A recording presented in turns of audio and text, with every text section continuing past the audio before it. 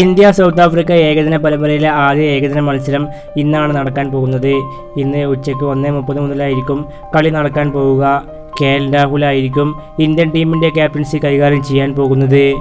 നേരത്തെ നടന്ന T20 പരമ്പരയാവട്ടെ സമനിലയിൽ അവസാനിക്കുകയായിരുന്നു. മലയാളി ആരാധകർ ഏറെ ഉറ്റുനോക്കാൻ പോകുന്നത് സഞ്ജു സാംസൺ ഇന്ന് അവസരം കിട്ടുമോ എന്നുള്ളതാണ്.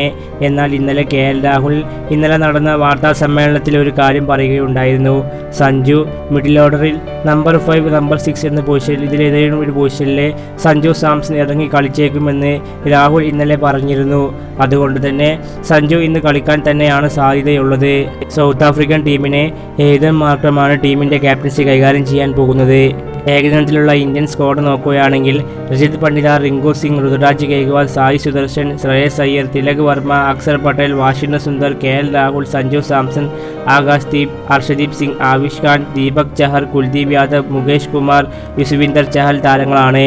സൗത്ത് ആഫ്രിക്കൻ ടീം ഇങ്ങനെയാണ്: ഡേവിഡ് മില്ലർ, റേസി വാണ്ടർസൺ, റീസ ഹെൻഡ്രിഗസ്, റീഡസ് സൊലോവ, ഏതൻ മാർഗ്രം, Andy പക്വാലെ, മഹിമാർ മോമറ, വദ്രാർ മുന്താർ, Henrique Klaasen, കാരീസ് Moran, Keshav Maharaj, ലെത്തുർ Williams, Narendra Barker, ഉദർ ബാന, ടംസി ശംഷി താരങ്ങളായിരിക്കും. ഇന്നത്തെ മത്സരം ഇന്ത്യ വിജയിക്കുമോ സൗത്ത് ആഫ്രിക്ക വിജയിക്കുമോ? നിങ്ങളുടെ അഭിപ്രായം ഈ വീഡിയോയ്ക്ക് താഴെ കമൻറ്റായി രേഖപ്പെടുത്തൂ.